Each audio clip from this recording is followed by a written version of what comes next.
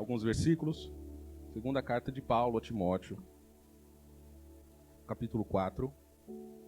Vamos ler a partir do versículo 9. Aleluia. Glória a Deus. Segunda carta de Timóteo, capítulo 4, versículo 9.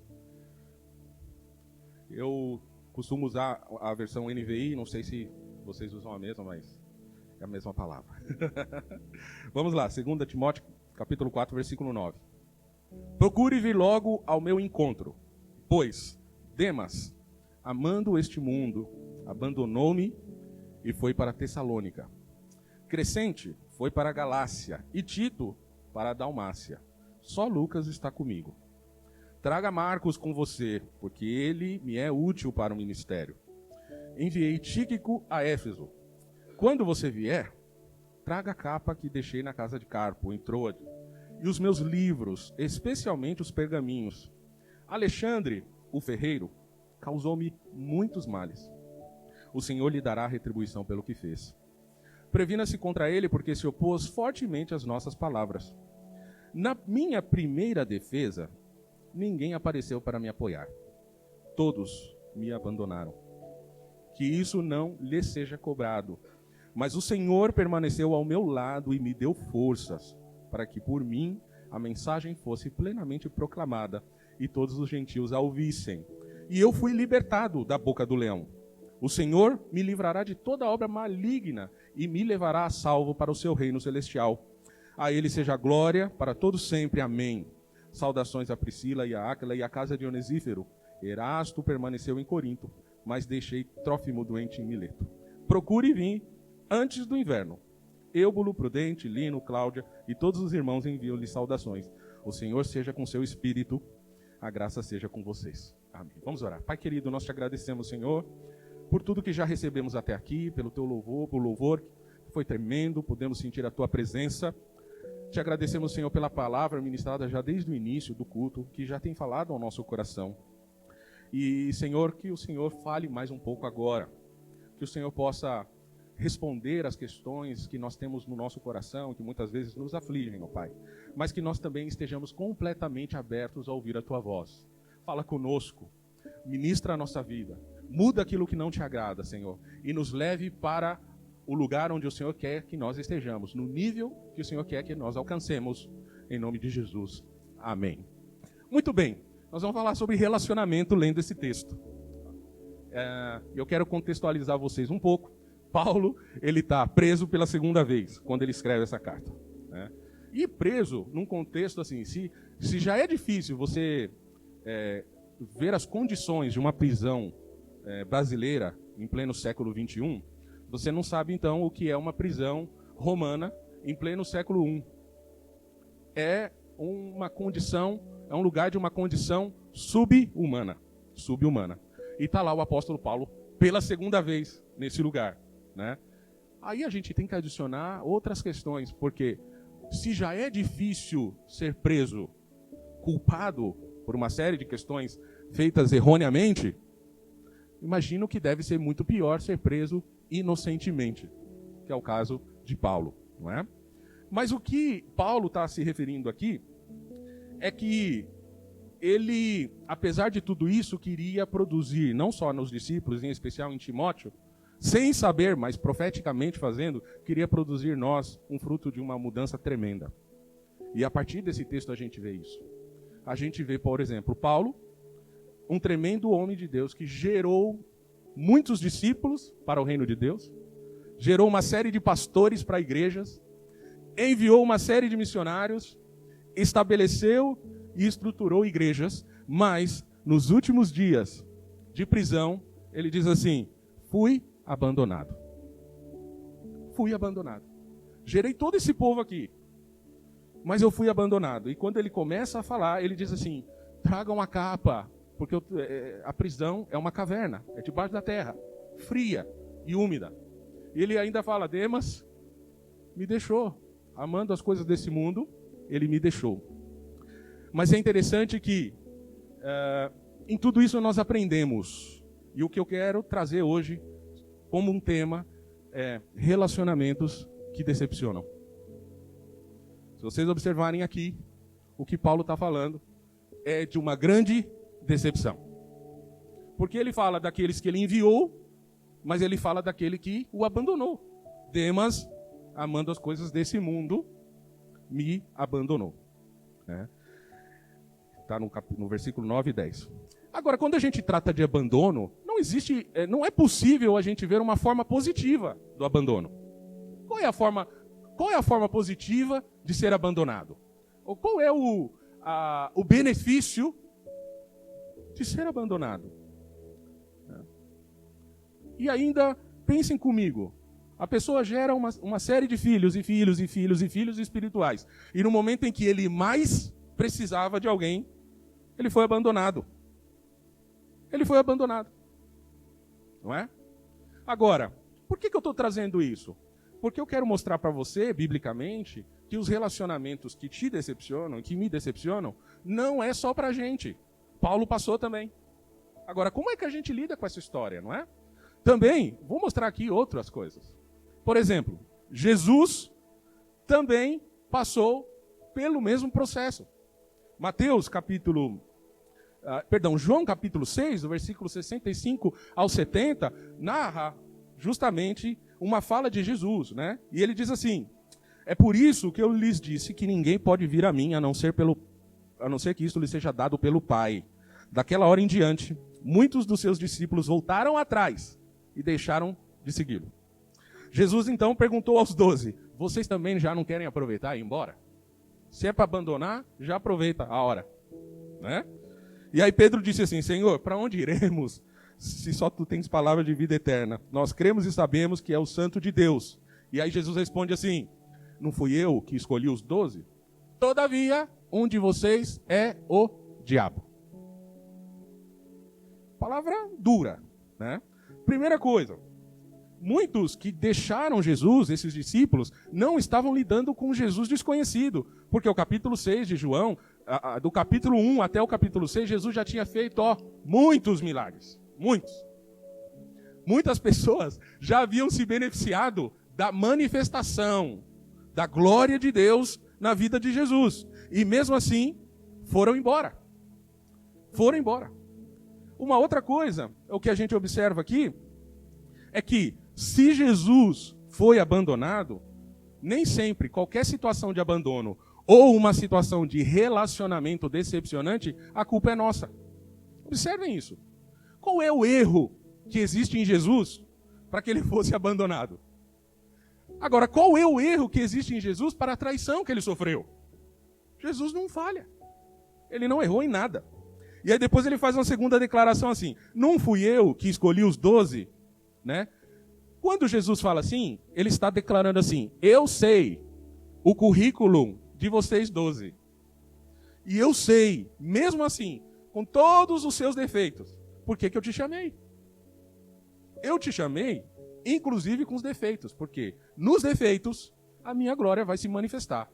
Ou para mudar, ou para libertar. Então Jesus declara isso: eu sei bem, não fui eu que escolhi vocês.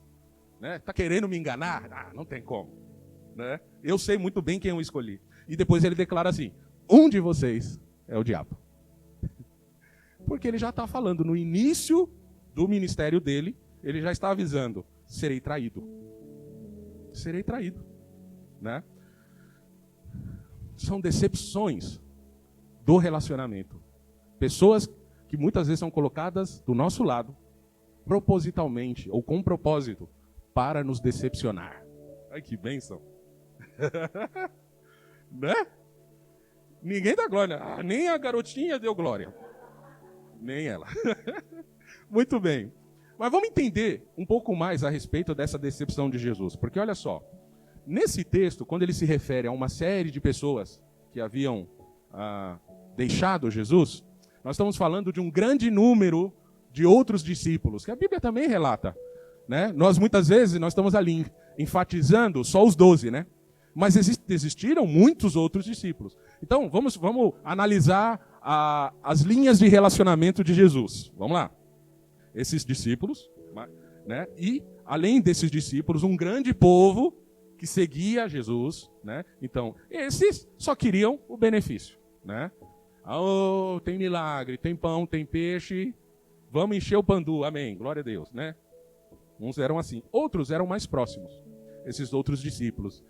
E aí, cercando na questão da intimidade, Jesus tinha 12, certo? Que andavam com ele, caminhavam com ele todo o tempo. Agora, dentro desse ciclo de 12, tinha 3, que eram mais íntimos de Jesus. Mais íntimos de Jesus. Os famosos Pedro, Tiago e João. E aí, vê se existe coincidência, né? Se o que aconteceu com Jesus é mera coincidência com o que aconteceu com Paulo. Jesus, no Getsemane, já sabia que seria crucificado, não é mesmo? Mesmo assim, orava, clamava a Deus e pedia ao Senhor assim, olha, me livra dessa história se é possível, né?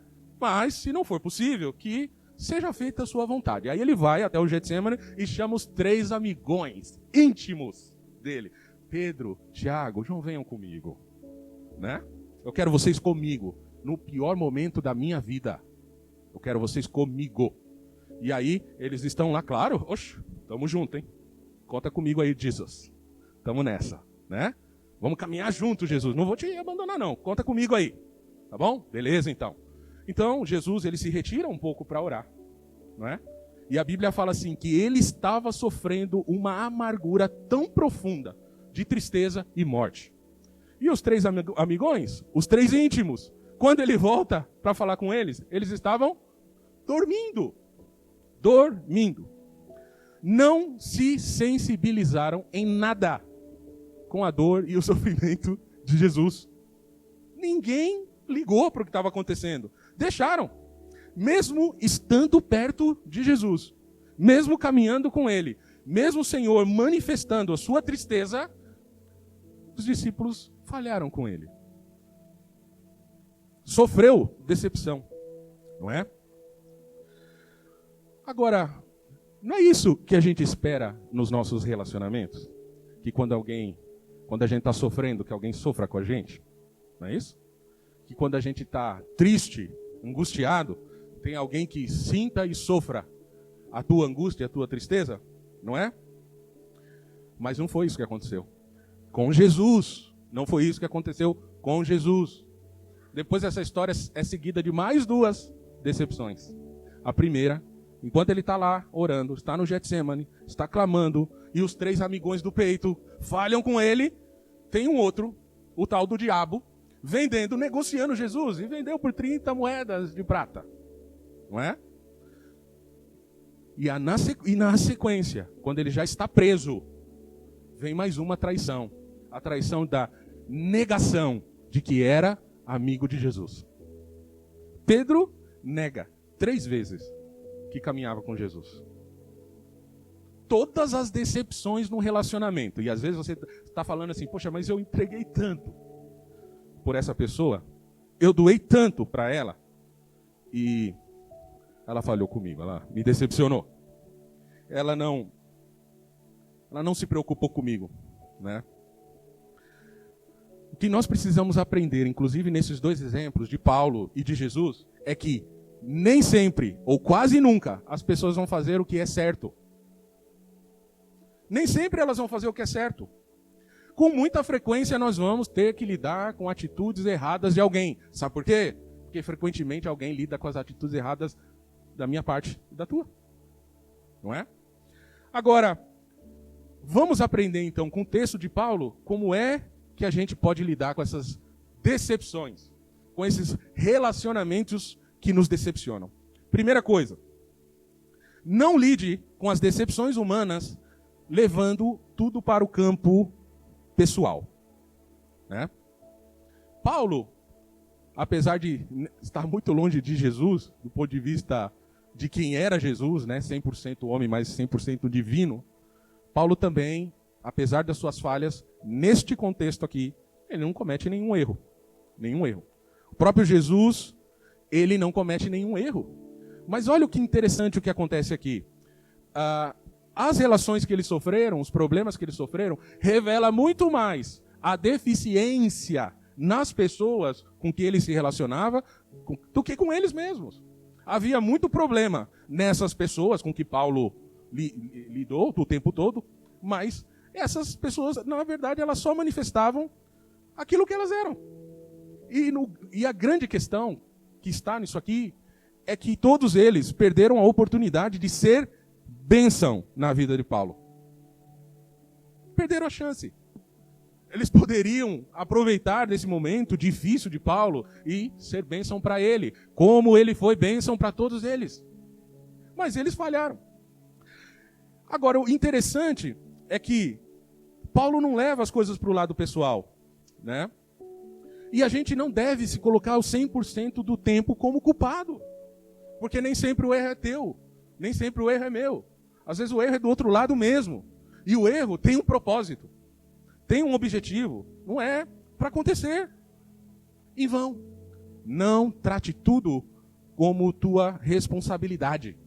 Nem tudo é tua responsabilidade. Nem toda decepção de relações, a culpa é tua. Nem tudo. Tem coisas que acontecem porque elas precisam acontecer.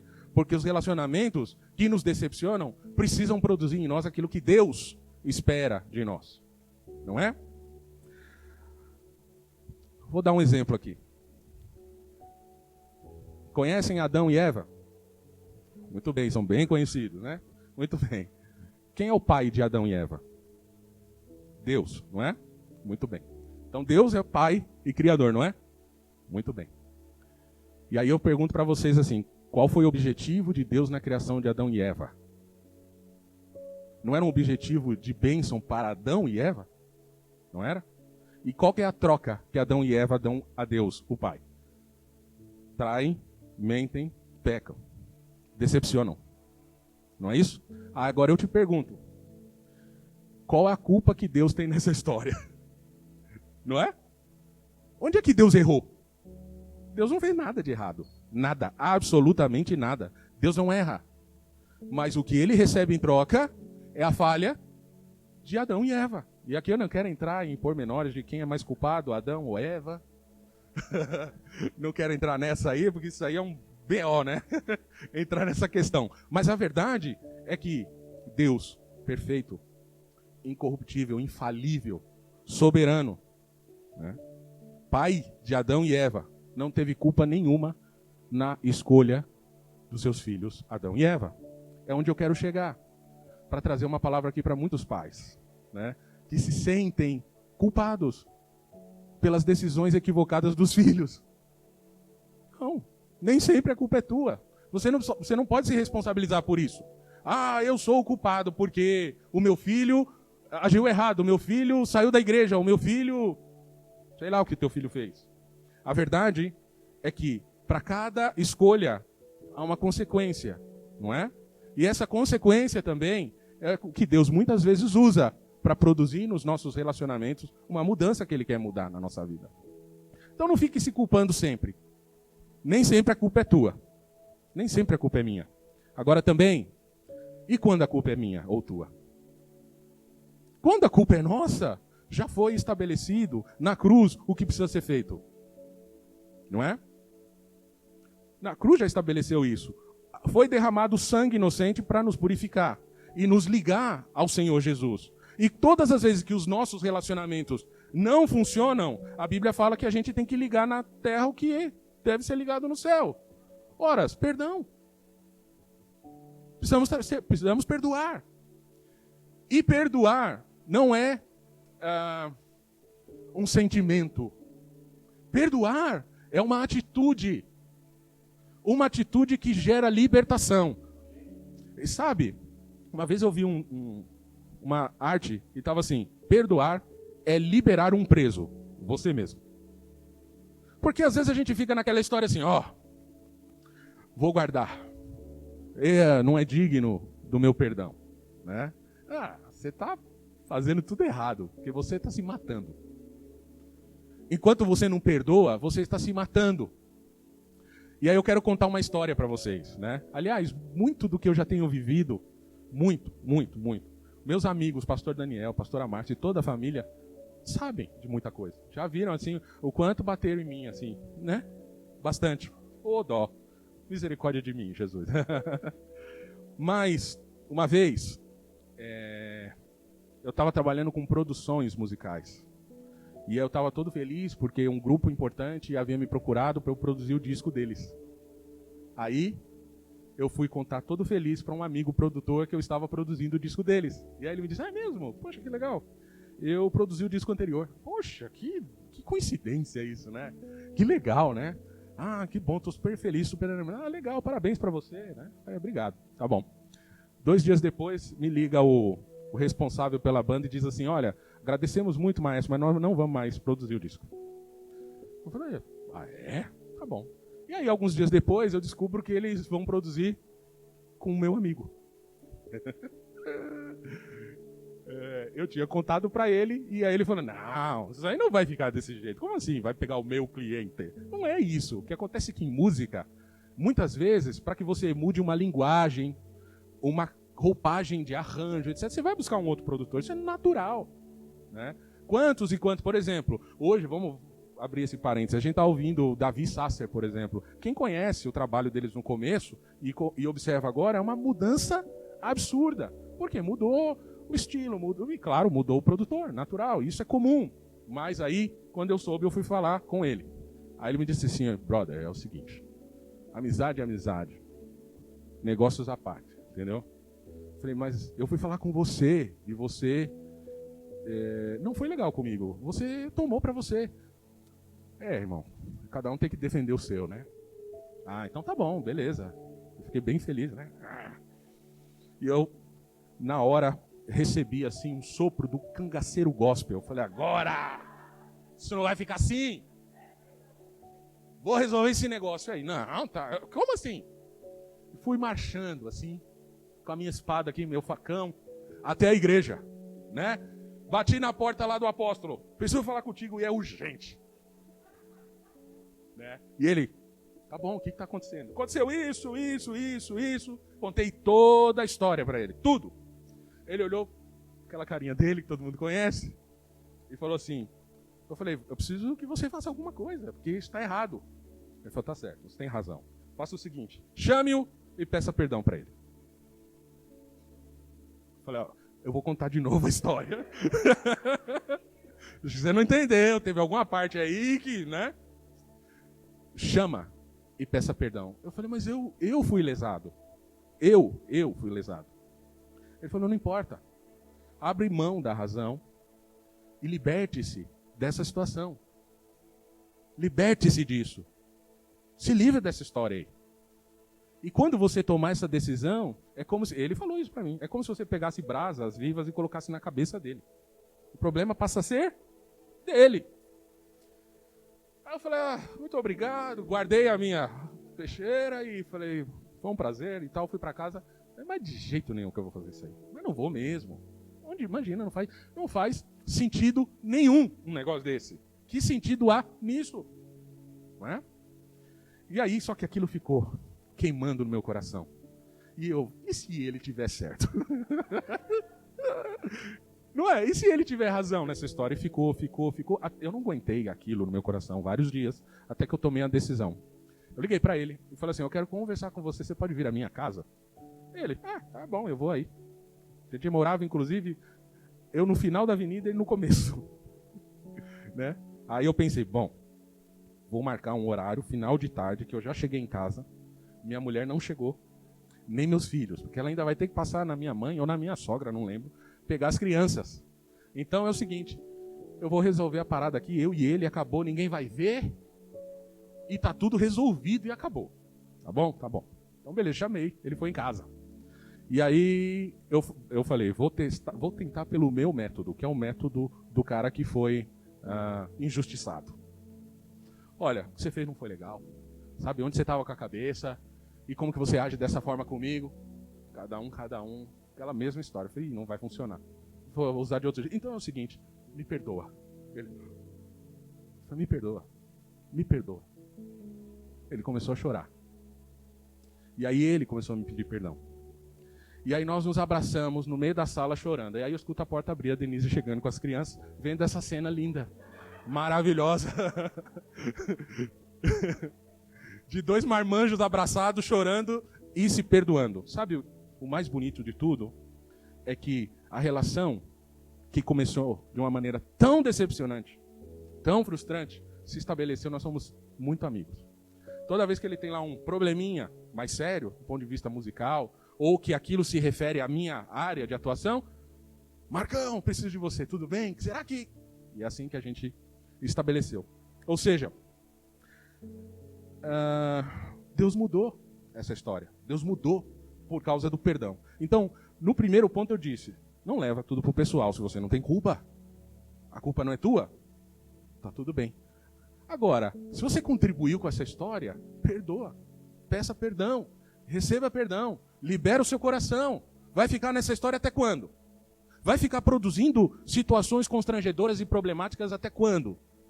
Você que vai ser visto como problema. Você. E essa não é a atitude correta. Se os relacionamentos nos decepcionam, eles nos decepcionam por um propósito. Deus tem propósito com todas essas coisas.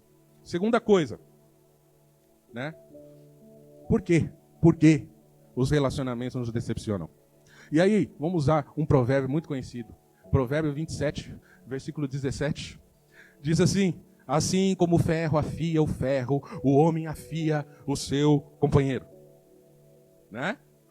E o Provérbios usa essa analogia porque, de fato, muitos deles acabavam sendo ferreiros mesmo, tendo que produzir ferramentas, armas e tudo que a gente já sabe.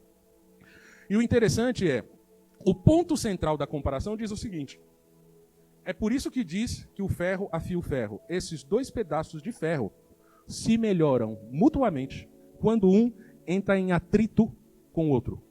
Quando um envolve-se com o outro. A ideia desse provérbio está claramente ligada a que as pessoas do nosso lado nos afiam. Elas nos fazem melhor. E aí não tem outra forma. É choque. É contato, é muito choque. E enquanto esse contato acontece, quem já viu um ferreiro trabalhando, você percebe que vai saindo faísca, vai saindo fogo, não é?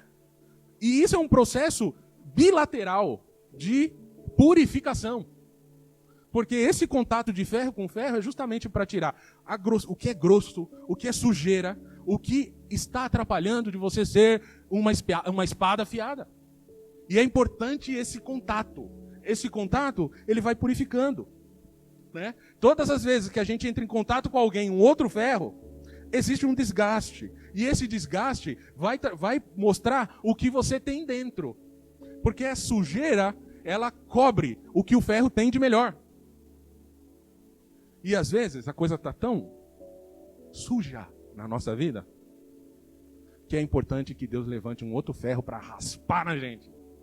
Para nos lembrar de que dentro de nós tem um ferro, uma espada pura, limpa, que precisa continuar caminhando para cumprir o propósito de Deus. Os relacionamentos que nos decepcionam nos limpam, nos purificam. Sabe por quê? Porque eles nos colocam contra a parede. Né? Agora também, esse provérbio diz uma outra coisa, que nem sempre a gente olha, que é o outro lado da moeda.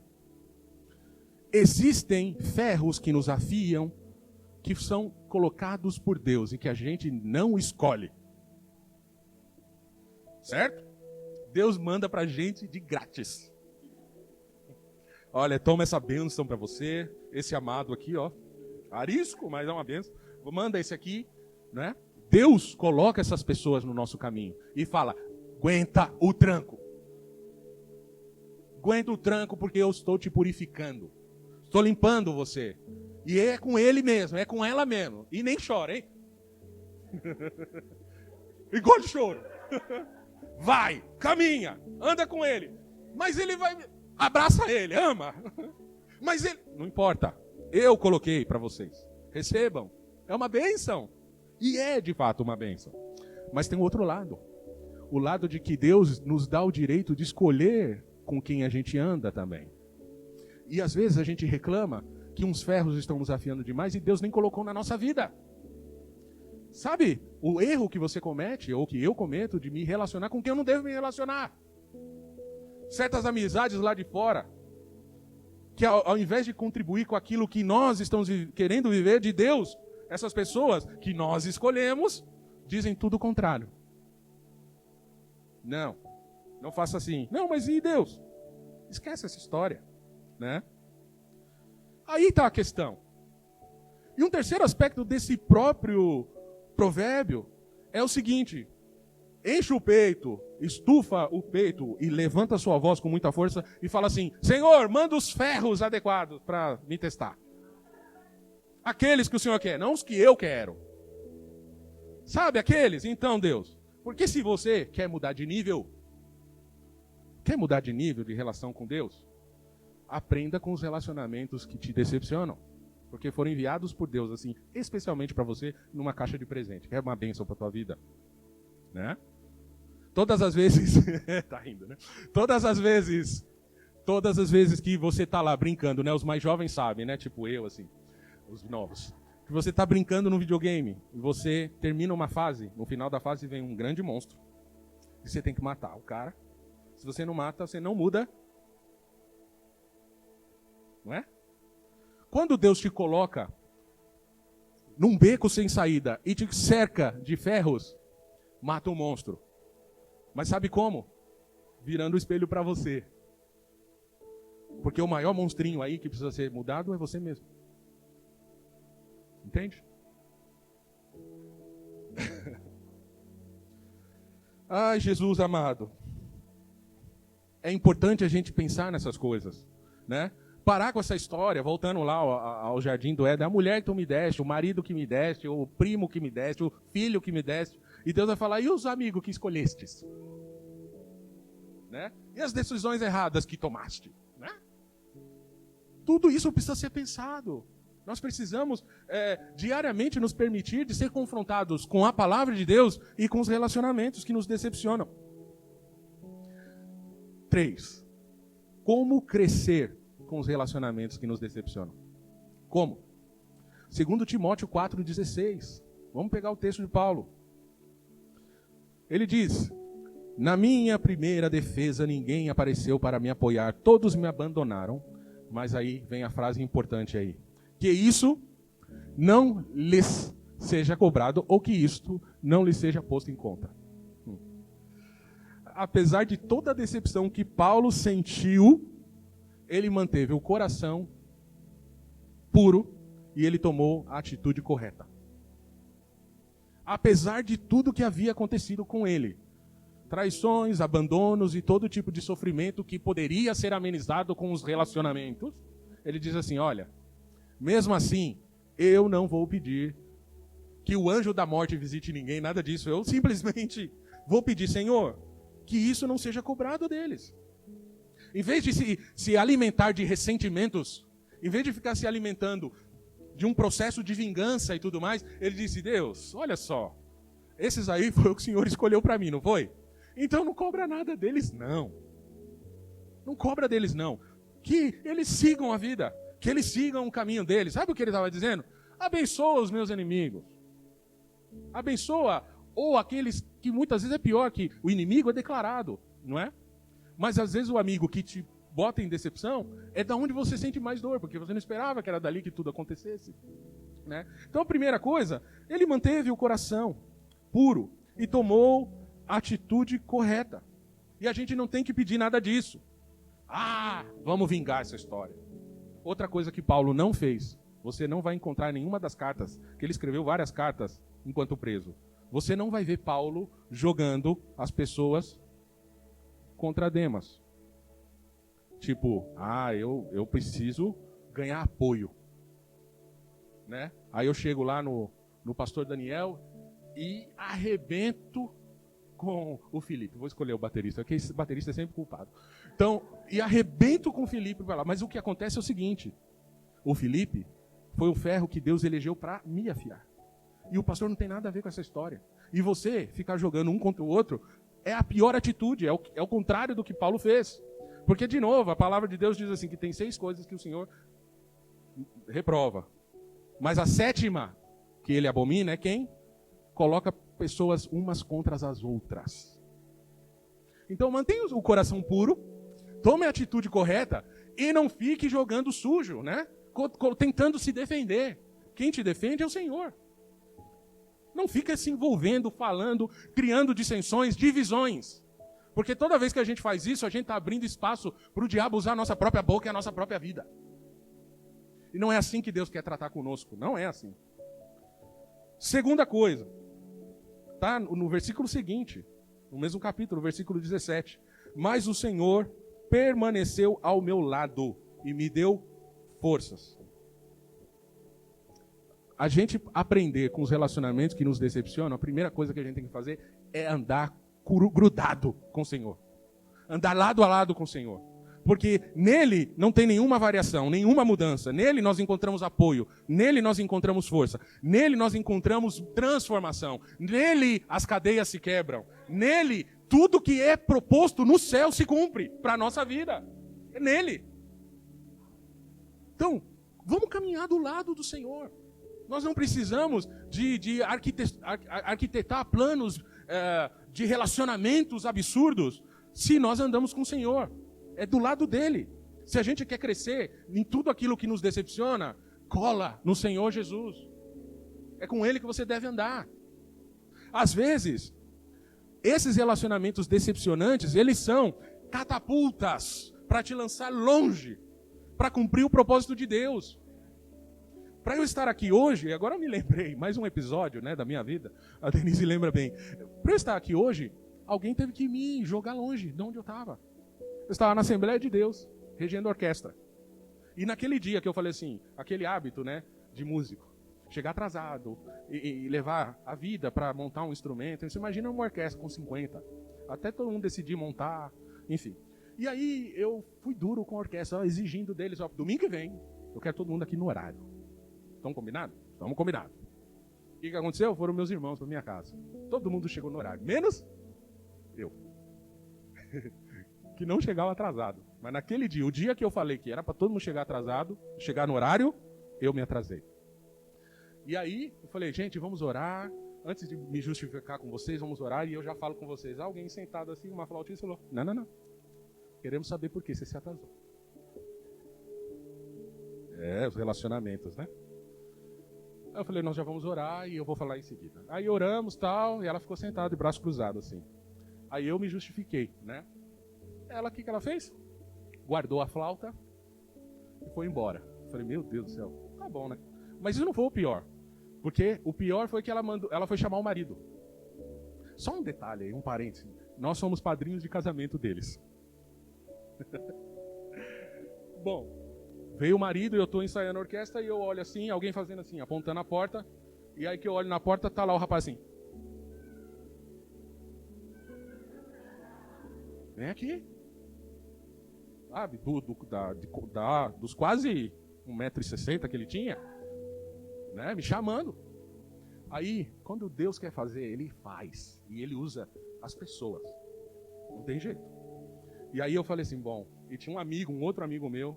Eu falei, fulano, me ajuda aqui, vamos numa sala com ele, porque ele tá nervoso, né? Vai ser um escândalo, então vamos lá me ajudar. Aí ele sabiamente me disse assim, me tira dessa. Que é bem o jeitão dele, assim, me tira dessa. Tá bom. Aí eu falei, vem cá, vamos ali conversar. Moral da história. Eu fui agredido dentro da igreja. Por uma pessoa que eu fui padrinho de casamento. Só porque a esposa foi lá e inflamou ele contra mim. E aí, de novo, uma cena patética, porque eu estava sentado e deixei ele me agredir. E a agressão foi coisa leve, porque ele arrancou a porta e me deu. É verdade. E aí, atrás da orquestra, todo mundo olha assim. Oh! E eu sentado na cadeira com a porta em cima. E ele sai, né, vitorioso. Né? Aí eu falei, vou falar com o pastor e vamos resolver. O pastor chegou e eu falei assim, pastor, olha só, aconteceu assim, tal. O senhor precisa fazer alguma coisa, não tem condições. Aí ele disse assim, se eu fizer qualquer coisa, sai toda a família do irmão fulano. E eles são tantos. Aí eu disse assim, tá bom, então eu vou sair. Por que eu disse isso? Porque 2 semanas antes eu estava na igreja. Veio um pastor e falou assim, fique em pé. Eu, tá bom. olha só, me procura depois do culto, que eu preciso falar com você. Aí eu fui procuraram, e ele disse assim para mim. Eu falei, e aí, pastor, quer falar comigo? Ele disse, quero. E o que é? Ele falou, não sei, vamos orar. Aí orou comigo, chamou a Denise, chamou os nossos filhos pequenos e orou. Aí eu falei, e aí? Ele, primeira coisa, vou repreender essa dor nas costas da sua mulher. Lembra? Isso aí foi a fulana de tal, sua tia, né? Que pediu que isso acontecesse contra a tua vida. Imagina o que Deus estava fazendo, né? E o negócio é o seguinte, eu sei o que precisa ser feito. Saiam dessa igreja agora. Para o lugar que Deus vai mostrar para vocês. Vocês foram chamados para servir a Deus no ministério. Aí eu disse assim, mas para onde, pastor? Não, isso Deus não me falou. A única coisa que ele disse foi, saia. Saia. E aí eu falei, aí a cabeça do homem, né? Bom, é um setembro, né? Tem a cantata de Natal em dezembro. Então tem que esperar. Quando passar tudo isso, eu saio, né? Só que, imediatamente que eu pensei, ele falou assim, ó, se você não sair, Deus vai sair com vocês. Aí tá bom, né?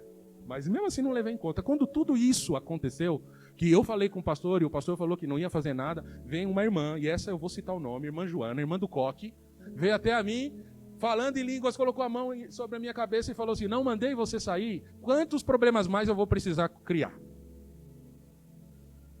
Quantos mais? Entende? E aí nós saímos. E Deus nos direcionou, chegamos em Cristo Centro. Para cumprir o propósito de Deus, para cumprir com o chamado do Senhor. Então os relacionamentos, eles nos ensinam. E eles também podem nos direcionar. Inclusive, ou até principalmente, os relacionamentos que te decepcionam. O terceiro ponto de como crescer nessa história toda de decepções é o que está no próprio versículo 17. Confie no livramento do Senhor, é o que o Paulo falou. E eu fui libertado da boca do leão. O Senhor me livrará de toda obra maligna e me levará salvo para o seu reino. É o que Paulo falou. Confie no livramento do Senhor. Porque o relacionamento que te decepciona, ele vem de Deus e tem fase, e tem período, e tem tempo de validade. Ele não é para sempre. Agora, ele é importante para te lançar aonde você precisa chegar. A gente tem que começar a agradecer a Deus pelas pessoas que Ele coloca no nosso caminho. E eu quero conduzir uma oração com vocês agora, colocando 3 pontos aqui importantes. Primeiro, pedindo a Deus para nos ajudar a sair melhor do que entramos nesses relacionamentos que nos decepcionam. Porque a atuação da graça e da misericórdia de Deus num relacionamento que decepciona, no ferro que afia o outro, é justamente para você sair melhor. É justamente para a gente sair melhor. Deus não usa relacionamentos simplesmente para que não haja nenhum tipo de mudança. Os relacionamentos têm que produzir mudança. E você precisa jogar longe qualquer razão humana que você acha que está com você e trocar pela confiança plena no Senhor de que esse relacionamento que te frustra hoje vai te jogar longe, onde Deus quer te levar, no nível que Ele quer te colocar. Segunda coisa, o Senhor está aqui para tirar toda a culpa. Toda a culpa.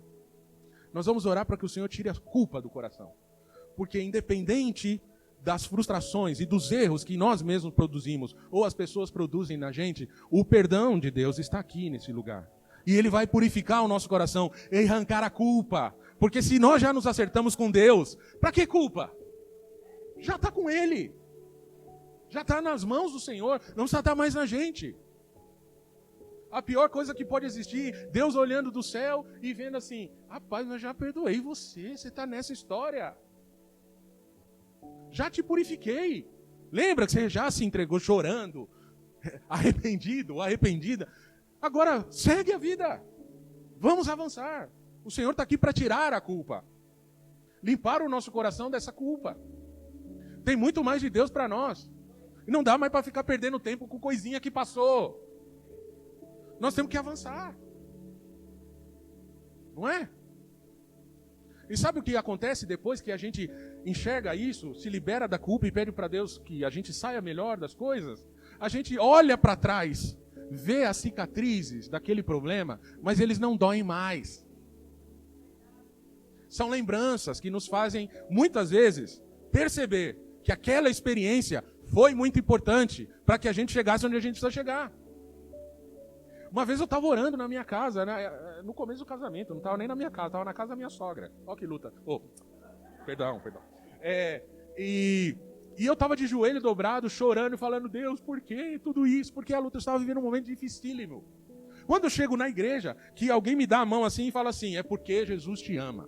Eu falei, por que o quê? Já tinha esquecido. Você não estava chorando no teu quarto, perguntando por que você estava passando por tudo isso? Primeiro, ele te ama. Segundo, pode alguém ensinar sem ter vivido? Viva as experiências de Deus. Viva! Porque enquanto você vive as experiências de Deus, lá na frente você vai entender por que você viveu e você vai perceber quais as pessoas que Deus vai trazer para perto de você, para você ensinar com a tua experiência, com a tua vivência. Ou seja, chega de perder tempo com culpa. E terceira coisa, final, perdão. Pedir perdão. Promover o perdão. Clamar o perdão. Né? E o perdão, ele é completamente ligado à humilhação. Será que a gente já chegou num nível de maturidade de vida com o Senhor que nós estamos dispostos a nos humilhar perante o Senhor e perante as pessoas que Ele coloca no nosso caminho, especialmente como um presente do céu para nos decepcionar? Nós precisamos aprender isso. Vamos nos colocar de pé? É sempre um desafio quando Deus coloca uma palavra de confronto. Né, pastor? Imagino quantas e quantas vezes o Senhor passou por isso, sendo um pastor de tantas vivências e experiências, né? Mas o que a gente tem que fazer, a gente tem que fazer. E se a gente se coloca na presença de Deus e pede para o Senhor usar a nossa vida do jeito que Ele quer, a gente tem que permitir que o Senhor faça do jeito que Ele quer. Né? E eu quero então orar, e eu quero, em nome de Jesus,